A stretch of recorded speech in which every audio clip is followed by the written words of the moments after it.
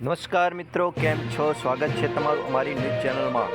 તો જૂનાગઢ માટે એક મહત્ત્વના સમાચાર આવ્યા છે, કેમ કે જૂનાગઢમાં અત્યારે વરસાદની સિઝન ચાલી રહી છે અને ઘણા લોકો ગિરનાર ફરવા જતા હોય છે.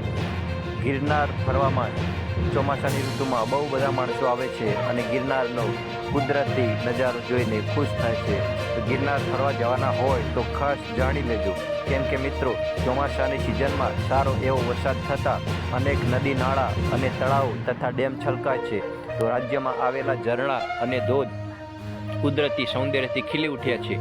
ત્યારે અનેક લોકો ગિરનાર, જૂનાગઢ, સાપુતારા સહિત રાજ્યમાં આવેલા રમણીય સ્થળોએ મુલાકાતે જાય છે.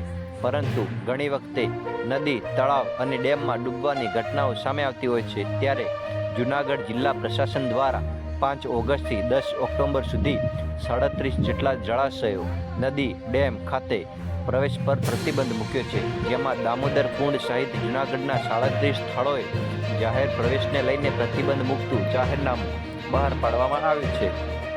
મળતી માહિતી મુજબ રાજ્યમાં નદી, નાળા, તળાવ અને ડેમમાં નાવા જતી વખતે ડૂબવાની ઘટનાઓ સામે આવતી હોય છે.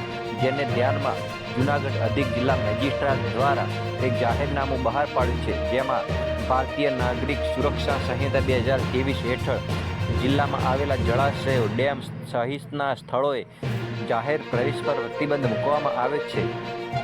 જૂનાગઢ જિલ્લા તંત્ર દ્વારા જિલ્લાના 37 સ્થળોએ જાહેર પ્રવેશ પર પ્રતિબંધ છે.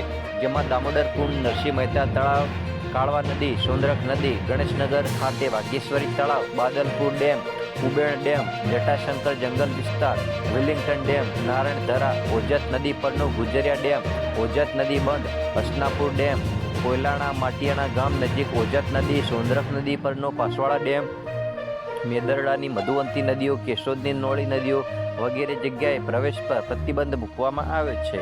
તો આવા મહત્વના સમાચાર